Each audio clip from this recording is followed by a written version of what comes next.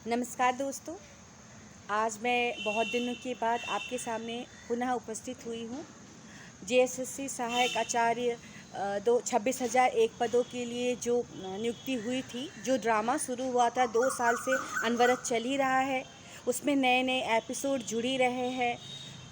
2 वर्षीय बीएड हो, बायोमेट्रिक्स हो, नॉर्मलाइजेशन हो या फिर बाकी कई मामलों में हम लोग रोज़ ही ड्रामा देख रहे हैं। पर इस सप्ताह के अंदर मैंने 1-2 घटनाएं ऐसी सुनी, देखी जिससे मेरा मन बहुत ही मर्माहत हो गया और मुझे लगा कि आप लोगों के समक्ष आना चाहिए और इस बात पर बात करनी चाहिए।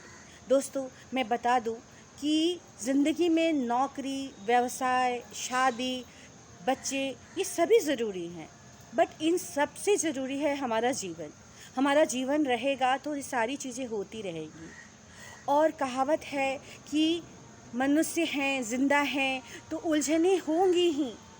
तुमने देखा है कहीं बिना किनारे का समंदर? जब तक व्यक्ति ज़िंदा है उसके साथ मुसीबतें लगी ही रहेंगी। मरने के बाद तो दुश्मन भी रास्ता छोड़ देते हैं दोस्तों। पर इसीलिए आज प्रॉब्लम है, आज समस्या है, उससे मर्माहत होकर अपना जीवन ख़त्म कर लेना, डिप्रेशन में चले जाना, ये बहुत बुरी बात है।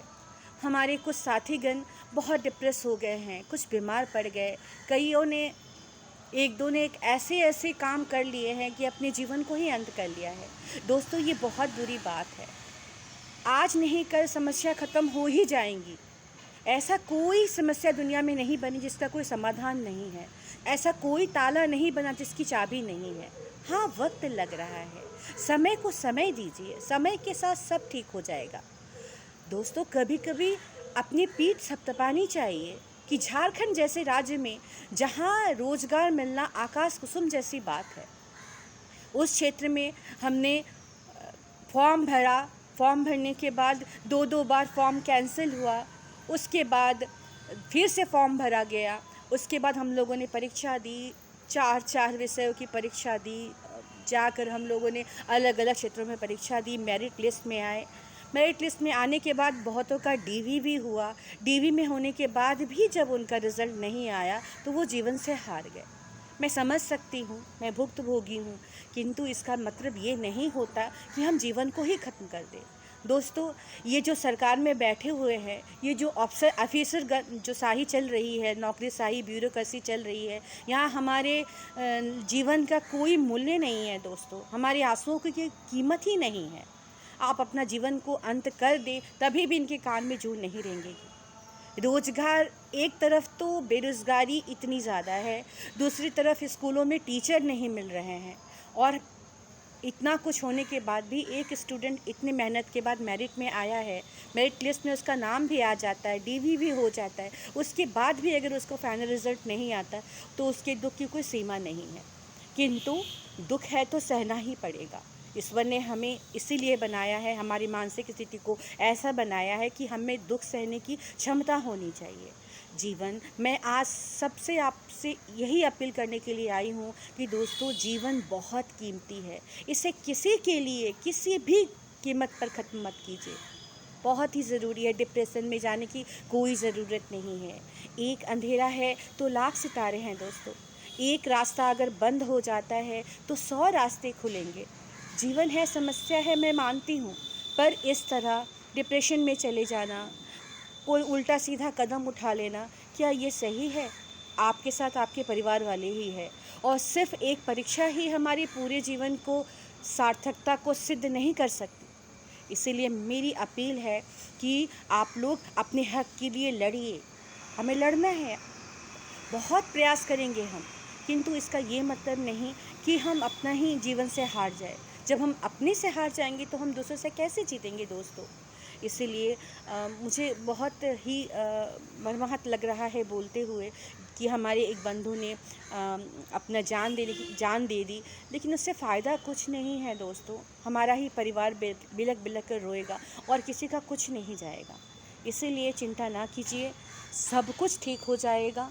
ये सरकार जो है, ये रोज़गार देने के लिए नहीं बनी है दोस्तों। ये जो झारखंड की सरकार है, ये चाहती ही नहीं है रोज़गार देना हमें।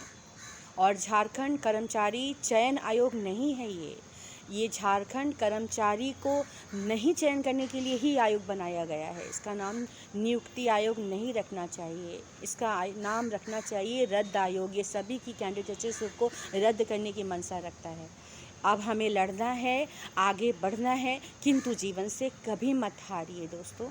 जीवन बहुत अमूल्य है, जीवन सिर्फ आपका नहीं, आपके परिवार के लिए भी अमूल्य है। तो लड़िए, सभी समस्याओं का अंत होगा, पर अपने जीवन से कभी नहीं हारिए। आशा करती हूँ कि आपको मेरी बातें समझ में आई होंगी। डिप्रेशन में जाने की कोई ज़रूरत नहीं है। एक रास्ता बंद भी हो रहा है तो कई रास्ते खुलेंगे दोस्तों। आप में प्रतिभा है, आप शिक्षक हैं, और शिक्षक कभी नहीं हार सकता। शिक्षक धैर्य की प्रतिमूर्ति होता है। अगर आप और हम हार गए तो हम बच्चों का भविष्य कैसे रगड़ेंगे?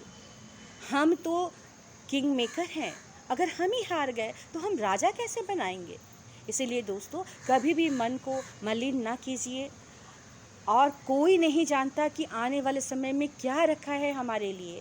क्यों नेगेटिव सोचते हैं? पॉजिटिव भी हो सकता है, सब कुछ सही हो सकता है। भगवान अगर एक रास्ता बंद कर रहा है तो 100 रास्ते खोलेगा। मेरी बात पर विश्वास कीजिए और अपना बहुमूल्य जीवन है, इसे किसी भी ऐरे गैरे परीक्षा के लिए या किसी भी आयोग के लिए, उसकी गलतियों के लिए कृपया ना दें। इन्हीं शब्दों के साथ मैं अपने शब्दों को विराम देती हूँ और आशा करती हूँ कि मेरी बातें आपको समझ में आएगी।